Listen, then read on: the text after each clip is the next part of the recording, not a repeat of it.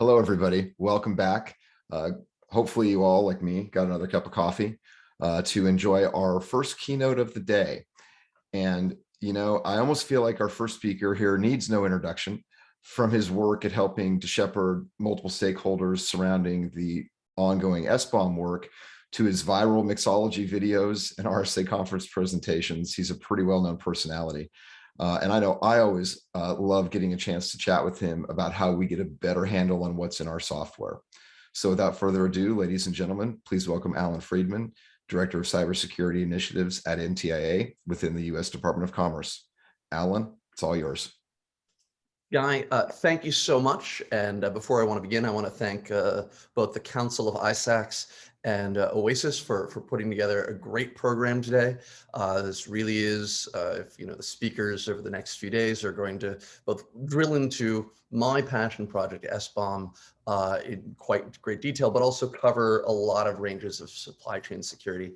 It's really an excellent program. And I also explicitly want to thank Jane and Dee from OASIS for all the hard work they did, especially organizing the SBOM Plug Fest, which I'll talk about in just a little bit.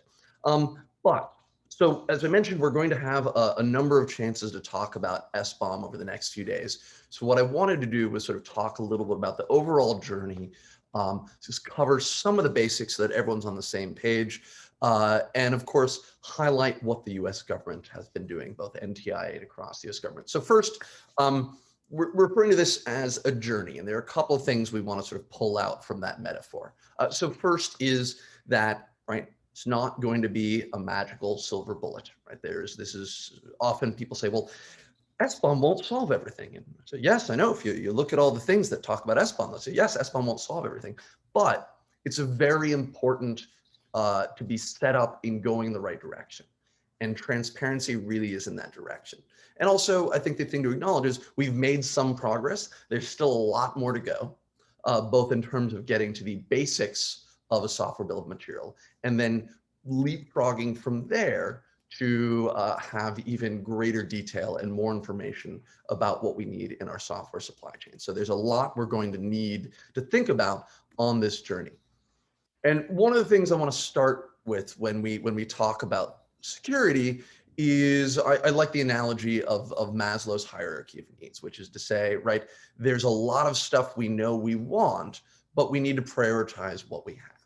And most discussions of security begin with the very basics, whether it's the NIST framework or other tools, which is you need to know what you have. Right, it's very hard to make progress in security without just the fundamental question of what is it that I'm defending?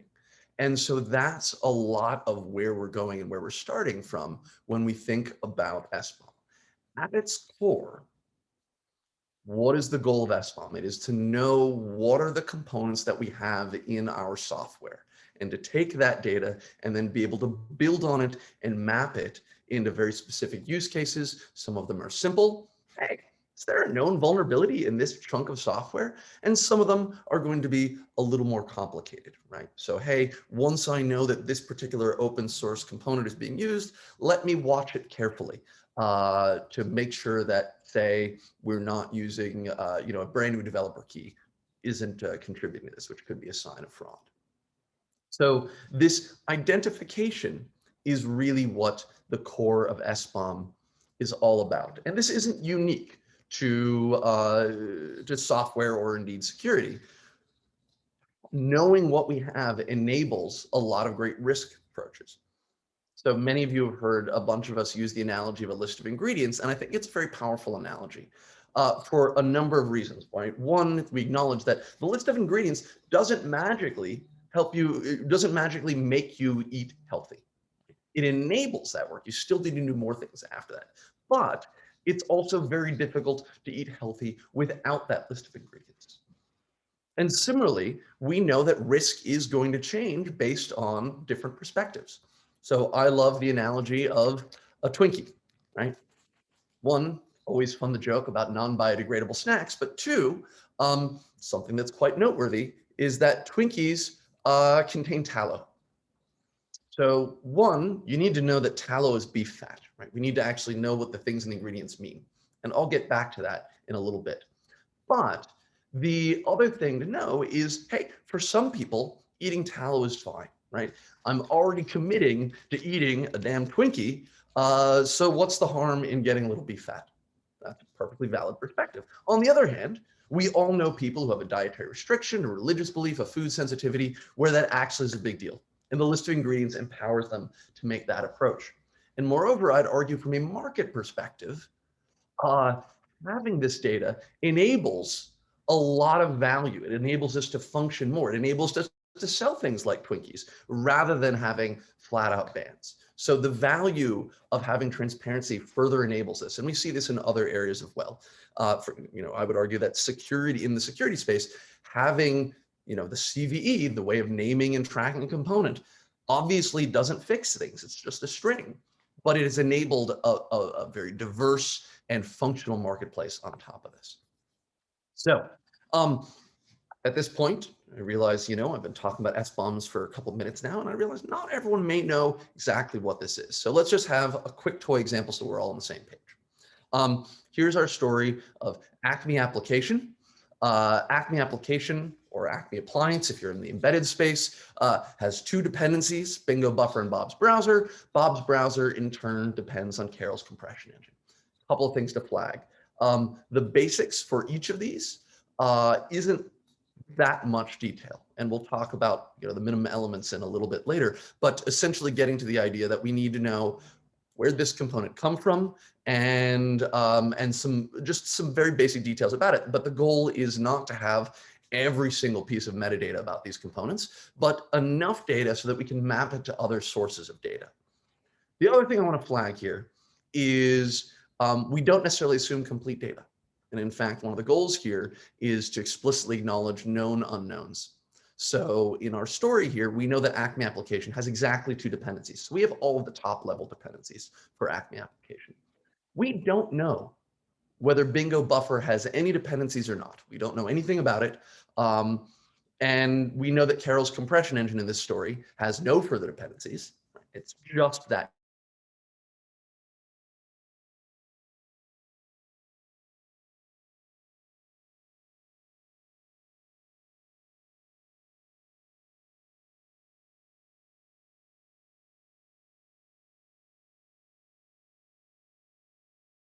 Sort of send it back to the supplier? Are you going to do your own work? Are you going to go into the open source world and try to figure things out?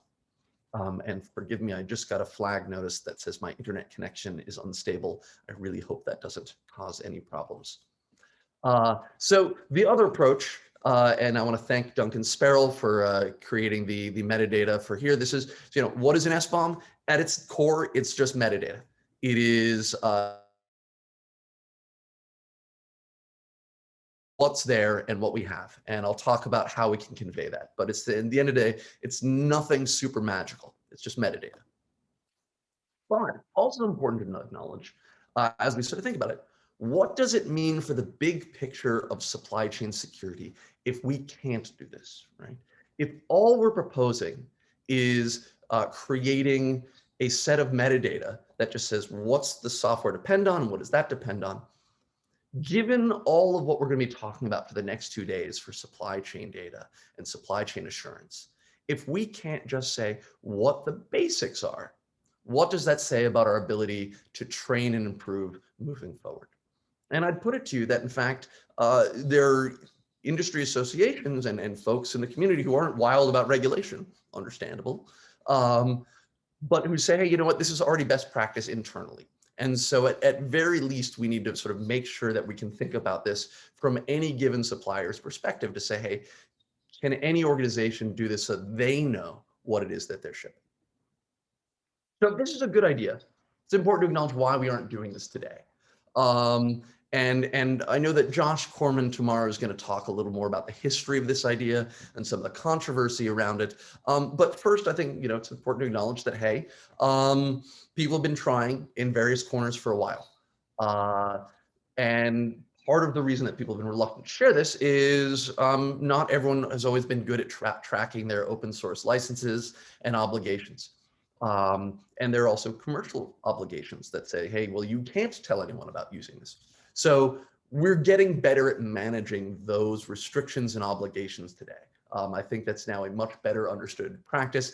Almost every startup that I've talked to over the last year or two knows, their example, that they're going to have to go through an open source audit.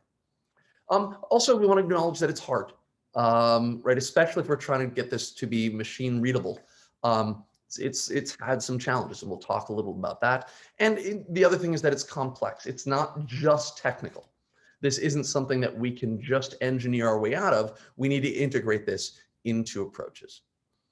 Now, from a market perspective, what we have is a chicken and egg problem, because we need to think about both the production of this data as well as the consumption of this data.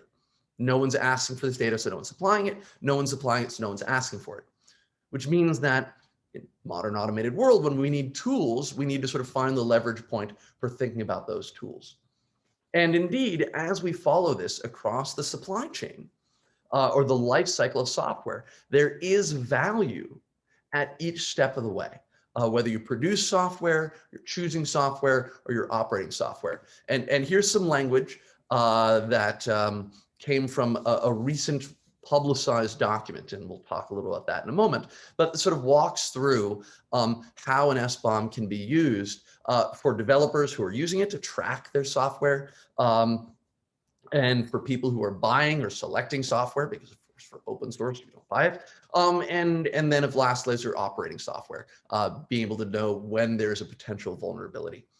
But as we get back to this chicken and egg problem, even though it's useful and provides value across the entire supply chain, how do we prime that pump? How do we do this when we want people to ask for it, even though no one's supplying it, and people to supply it, even though no one's asking for it? So that seems like a job for your friends, the feds, where we say, hey, this looks a little bit like a market failure. Market failures are sort of where, economists say, well, hey, maybe there's a role here. Now, the traditional approaches of how government can get involved is we give you the carrot or the stick. For better or worse, that hasn't happened in this case. NTIA doesn't have any regulatory authority to compel people to do things, and no one gave me a budget. So we can't regulate ourselves, and I can't pay people to do things. But what we can do is bring a community together and talk about how this can work. And so starting in summer of 2018, NTIA convened what we call this multi-stakeholder process, where we pulled together experts from across the supply chain world, from across the security world, from across the software world, to say, what does this actually look like? What do we need to create some of the tools and create some of the practices and this shared vision, really, of what an SBOM was, finding consensus even around what an SBOM looks like.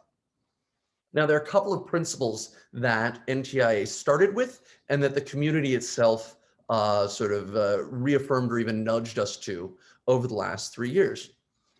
First is this notion of crawl, then walk, then run. Let's not try to solve everything all at once, because we'll never get off the ground. And so the approach here is to say, let's make sure that as we're working, we're building the capacity for future expansion, but let's really demonstrate what's possible today. Second is an idea that comes from some red team hacking approaches, which is living off the land. When possible, don't invent anything new, because if you're trying to get people to adopt things, where we can, we want to use what's already out there. And that's meant that we've often tried to use existing standards and existing practices. We'll talk about standards in a little bit. But the value is sort of saying, hey, for ease of adoption, let's use what's already out there. Third principle has been modularity. Let's make sure, because we know that this is going to expand and is going to complement all these other efforts out there, let's make sure that we're building this so that it can be modular and we can slot in and dock with other efforts rather than trying to build an entire approach.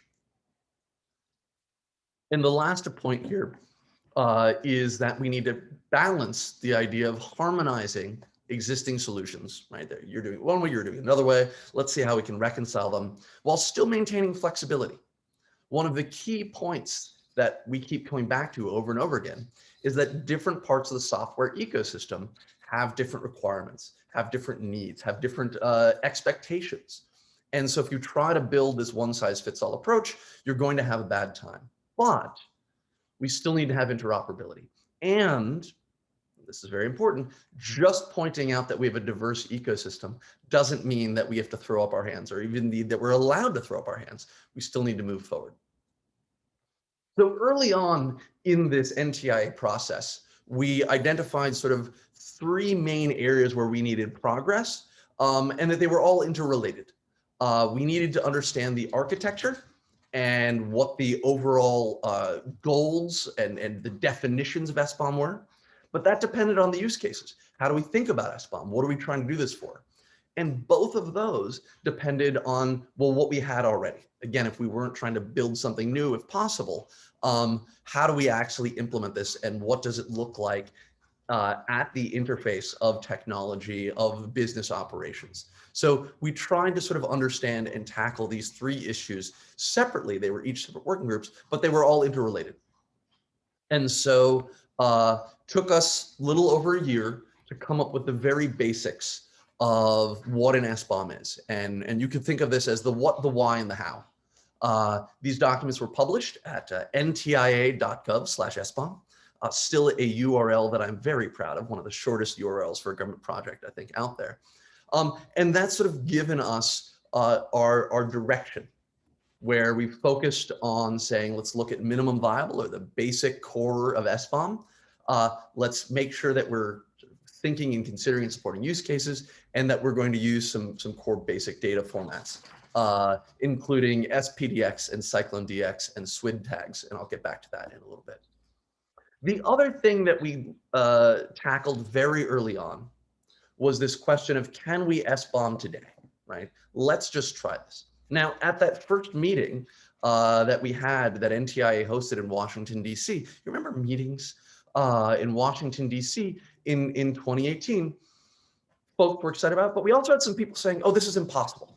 You can't possibly do this. It's too complicated, it's too expensive. No one would want the data. No one would want to share the data. And we had some folks, including some of your speakers later today, folks like Jennings Askey from New York Presbyterian Hospital and Jim Jacobson from Siemens Healthineers, who said, you know what, this is ridiculous.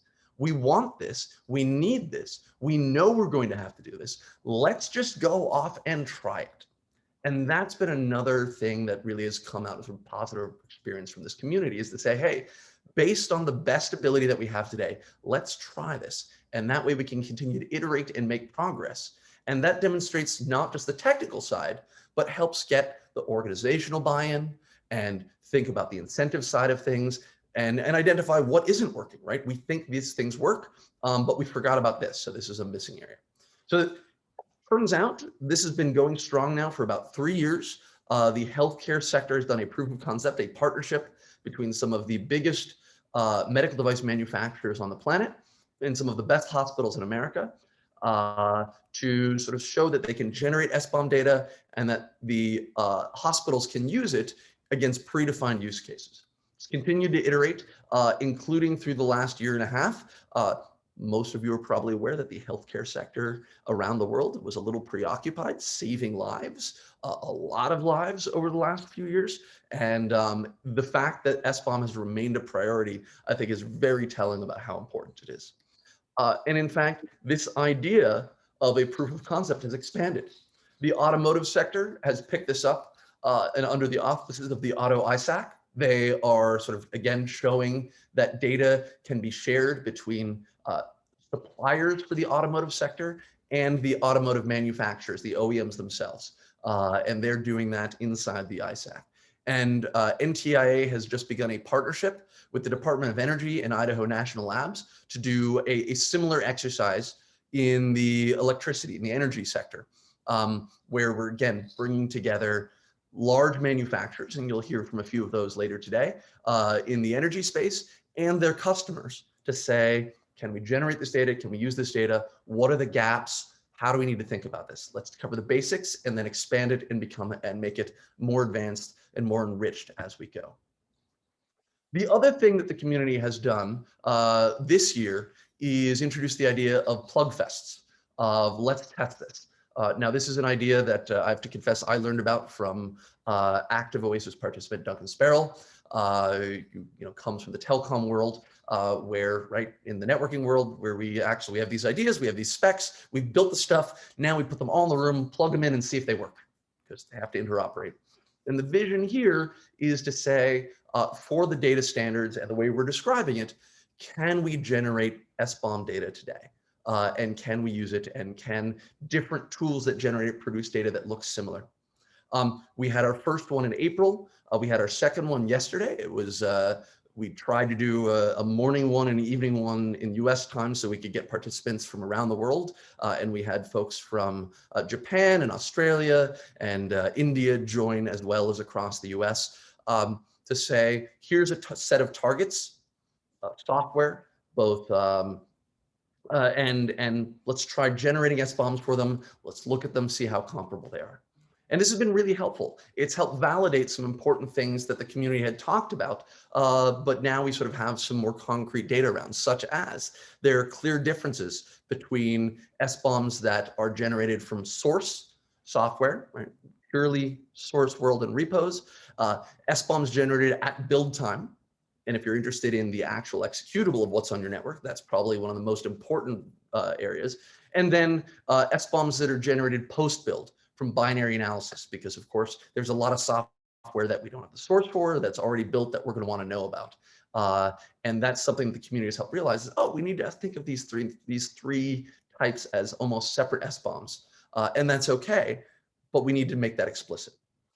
So we'll be continuing to move forward and ideally get to the idea of a set of reference SBOMs where we can sort of say, hey, for a given piece of maybe fairly simple software, this is what we want. So think of this as your platinum meter sitting in Paris, that we can all say, when we come up with a new tool or we want to test something, we want to expand something, we have a common starting point that we can all use.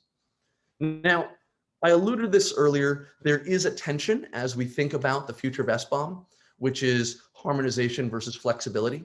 And that's really going to come up as this becomes a policy issue, where we need to sort of understand what we can do.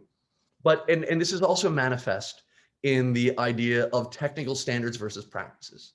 Now, this community really understands, the OASIS community understands the value of standards, especially international standards. And indeed, this is the official position of the US government, as we endorse international voluntary standards. However, for something like SBOM, I think it's easy to get a little overexcited about the standard side of it, especially when we need to understand what this looks like in practice. And so that's where I think the community has done a very good job of saying we want to build on standards. We want to ultimately end up in the standards domain. I'll talk about that at the very end. But right now, we really want to focus on the practice side of things, of making sure that we do have the interoperability and that we can have this stuff fit into it and have sort of this, what I call agile policymaking, where we can sort of iterate much more quickly rather than going off for 3 or 5 years, building out the perfect standard and then hoping that people still use it, because we need this today. So I do want to quickly acknowledge that some gaps do exist. There are some things that we're working on. Perhaps the biggest one right now, the biggest challenge, getting to the very core that I mentioned at the beginning of SBOM as an identity, is that we don't really have a single namespace for software. Use com.sun.java or com.oracle.java. Well, it's easy for us to tell it the same string, harder for a computer to do this. This is not insurmountable, and we can put intelligence at different parts of the ecosystem to sort of help us manage this. But it's important to acknowledge that this isn't a solved problem. And so whenever we think about this, we need to consider that. So for example, open source may use something called package URL as their main identifier. But we also need to acknowledge that the most widely used vulnerability database, the National Vulnerability Database, uses CPE, Common Platform Enumeration. And so we may want to think about SBOMs that have both of those data strings so we can support both use cases. Another key challenge is, especially for those of you in the security world, is that not all vulnerabilities are actually bad. Right? There are lots of reasons why I might use an outdated library, but the compiler strips out the part that has the vulnerability, or it's used, but the way the code is architected means that it never actually touches the execute path. And so rather than saying, well, let's just ignore this because we know that critical vulnerabilities are indeed critical, we wanted to allow a supplier to say, you know what, I've done the work, right? Because a good product security team should already do this. I've done the work to show that this vulnerability isn't affected my product. And so we're working with the OASIS community, the CSAF project, which is a phenomenal project to advance the idea of automated security advisories. And we're going to be implementing what we call the Vulnerability Exploitability Exchange as a profile of that. And so thanks again to OASIS and to the folks who have been pushing that idea. Strongly encourage you to check them out on the OASIS website or on their GitHub page if you're interested in that. We also, because being more open and communicating with your customers is still a fairly new idea, we don't have a single way of thinking about how the supply chain data is going to go downstream, whether it's from an upstream supplier to a manufacturer to a customer, or a supplier to the government. We need to understand how the user of software, which many of us are, both take things from upstream and then pass it on to downstream, can discover the existence of an SBOM and SBOM data and can enable access to it. And sometimes this will be straightforward, and sometimes this is going to be a little more complicated, especially in certain domains where suppliers say, hey, we understand that our customer may want it, but there's no chance we're going to make it public. We need to think about how we can build on pre-existing tools and pre-existing mechanisms to share this data in a way that everyone's comfortable with, especially at the beginning. And this is another one of those areas. There isn't going to be a one-size-fits-all approach, but we can at least shrink the universe of options and work with communities like the Linux Foundation DBOM work, or like the IETF MUD project that to sort of collaborate there. And the last case that I sort of want to acknowledge is SaaS is a little different for this. A lot of the use cases for thinking about this are either people who are developing code where you need to know what you're developing, or people who are using on-prem software or embedded devices. Very few people have come to me over the last few years and say, Allan, the future of software is on-prem, right? We know that we are going to be transitioning to the cloud. It's part of the executive order. And so we need to have a better understanding of what the use cases look like for transparency. Because again, the way software is developed is a little different, right? We have daily or hourly or faster cycle builds. And we also need to understand how the data is going to be used by those who care about it. And lastly, I assume this is going to be coming up over the course of the day. Advanced use cases and threat models really are important to understand. SBOM is about some of the low-hanging fruits, right? Known vulnerabilities. For issues where we know the attacker is actively trying to compromise the tools themselves. Well, SBOM is important for that, but it's not going to solve it. And so how do we start to layer this and build on more advanced approaches to thinking about software supply chain and software assurance, things that people are talking about today, but we may not be able to deploy at scale today. How do we sort of think about that in the long run? So that's sort of the overall approach for SBOM. Is there's a lot of things going on.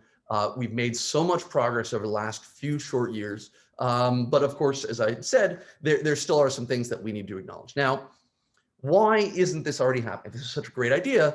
Why isn't this deployed in the world? So first, we've heard from a couple of different industry associations that, hey, we think SBOM is already a best practice internally. We're not sure we're ready to share it, but we think this is already best practice internally.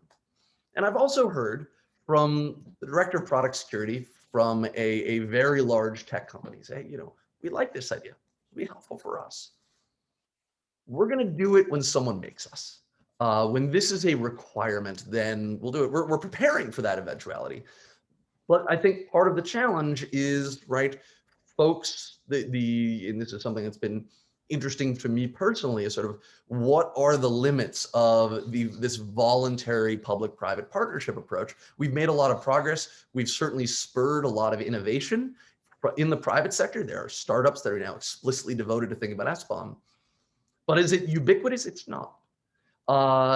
And I think that's a lot of why the White House issued and included SBOM in their executive order 14028, which came out in May.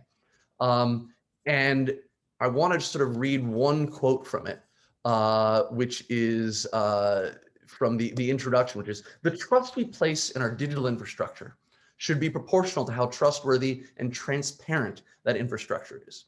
And some of you know security expert Sunil Yu, who actually argues that, in fact, transparency is one of the things that allows us, is a substitute for trust. If you have less trust in something, then you need the transparency. So the executive order defines SBOM and does it exclusively by its value proposition. And then it tasks NTIA with defining the minimum elements of SBOM. And then from there, the US government are going to take those minimum elements and say, how do we work those into the requirements for purchasing and things like that. So what does that definition look like? Well, here's some of the language that is used in the executive order that I teased earlier. I'm very fond of this language. It's a long definition, but it is a functional definition. It's about why we're doing this. The proposed elements, this is how we're sort of thinking about them so far. And we just closed a request for comments. NTI received around 85, a few more than that maybe, comments from industry, from the community, from individual security experts and programmers to say, here's what we think this should be. But we have three general buckets. And we'll probably come up with a more government-y word than buckets. But we talk about the data fields, support for automation, and processes. So the data fields, pretty straightforward. Anyone who's been tracking the NTIA SBOM process will be familiar with this. These are the data fields that are currently listed in the published data. And we're going to keep this general spirit. We may trim or add depending on what we hear and what we've been hearing. So for example, a lot of people said, what would be really helpful is a timestamp, right? When does this data in that? We're like, yeah, that makes sense, and it's certainly capable. Support for automation. What we want to do is make sure that right as this data is being collected and processed, that we're converging. And we're not trying to pick a winner or a loser in between standards. Rather, we want to help make sure that standards can continue to cooperate. And these are the three standards that I mentioned. And so our approach is to say, let's use, an SBOM to count as a minimum SBOM must be in one of these three interoperable standards. And then lastly, we have the idea of the processes and practices. And this gets to the idea that, as I said, this isn't just a technical issue. And so there's going to be some things that we're going to sort of require for the processes and practices side of things, such as if you change your code, you change your SBOM.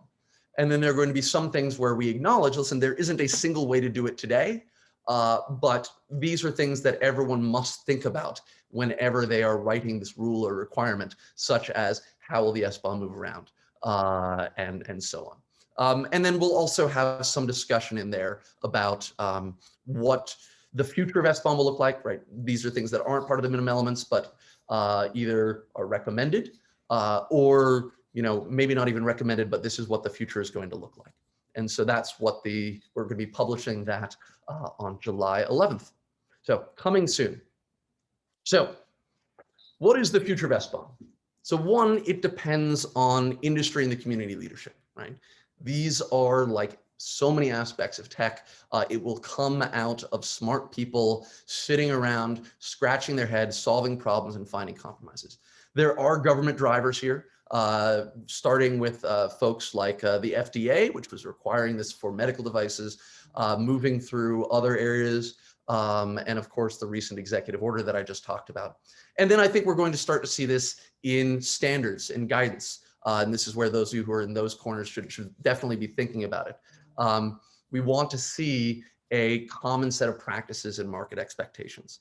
And we're going to have, ideally expanded use cases and expanded capabilities. And just a couple standards to flag for you that came out in the last 6 months or 60 months to a year now.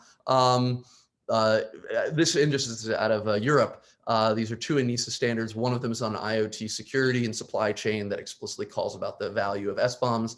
And the other is for cloud service providers saying, hey, this is some levels that say, hey, can you produce your list of dependencies? So we are seeing this out there. So summing up, because I want to make sure there's a little bit of time for questions. SBOM is a journey. It's a journey that a large and growing crowd have been working on. It's a bit of a merry band. I will say one of the more flattering things that we've heard and that I was able to share with the leadership at the Commerce Department is the acknowledgement that from a public-private partnership, we actually do think of ourselves not just as a partnership, but as a constructive engagement. People, I think, do feel free to share their thoughts and opinions. It's a little casual. We're not just made up of sort of the professional meeting goer class, but we're actually folks that feel comfortable sharing things. We had a virtual holiday happy hour over Christmas. So I think that it's a fun community. Second thing I want to acknowledge again is that transparency isn't trying to solve everything. Right? It's not going to solve all of our problems, but as you listen to all of the discussions around supply chain security and what we need to do over the next 2 days, think about how much of it is going to require some non-trivial transparency before we can make this progress. And then sort of zooming over what we're trying to do for SBOM is really make this an expectation in the marketplace.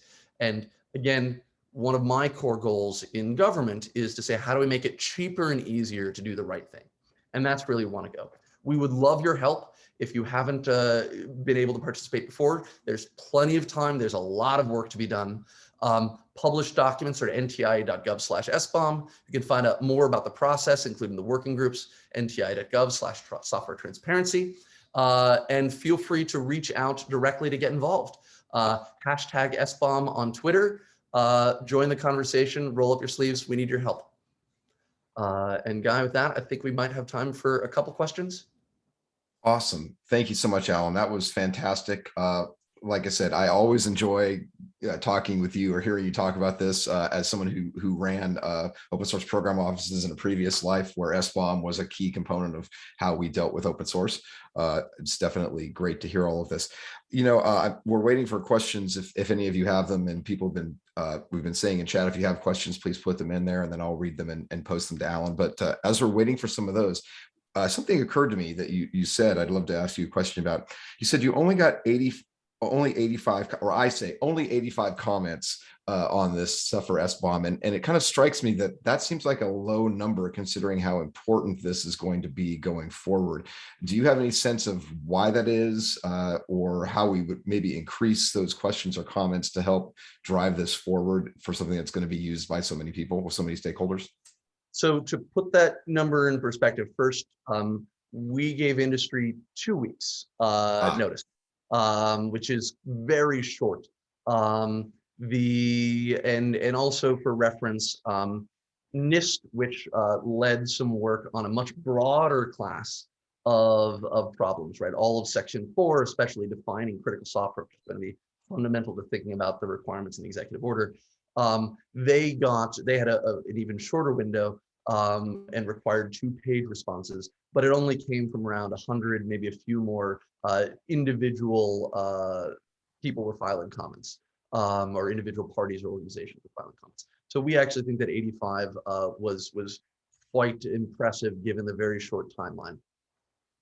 Okay, great. Yeah, our friend Duncan asks, are the comments published yet for those that came through? Yes, they are on the NTIA website. I will try to paste the link in, but they are, there's a little bit of formatting hiccups that we're trying to resolve for some of the comments that were emailed, but we will try to make sure that that's available so you can read through them and see what industry had to say. One of the interesting things is we had a number of people, very few people said SBOM is a terrible idea. A couple did, but some folks said, hey, go slow, go easy, right? Let's not be too hasty, which again, totally understand, especially right from an industry perspective. This is a new idea, and so they encourage caution. But we also had a non-trivial number saying, hey, SBOM doesn't go nearly far enough, that you need a lot more data. We need to be a lot more ambitious about what we're expecting. And I think that's a very telling telling balance that, right, folks who really are focused on advanced compromises and really securing our supply chain know that SBOM is just the starting point. Right, exactly. A couple more questions have come in. Can you expand on the involvement of INL and the Department of Energy in this? So one of the things that we've tried to do in this idea of a proof of concept is to say, how do we help a community make this their own? One, it's just industries have different cultures and different technologies. And two, we need to understand, do the needs of the general software community meet the same needs? Are they the same as, for example, medical devices or bulk power? And so we don't think so, but we want to understand that. So we started off with healthcare, as I mentioned, and a couple other sectors are moving. And some folks said, hey, should we do something with energy? This seems important. We said, that sounds great, but let's make sure that this is something that actually has some of the energy community leading it. This isn't, NTIA should not be telling other sectors and other communities what to do.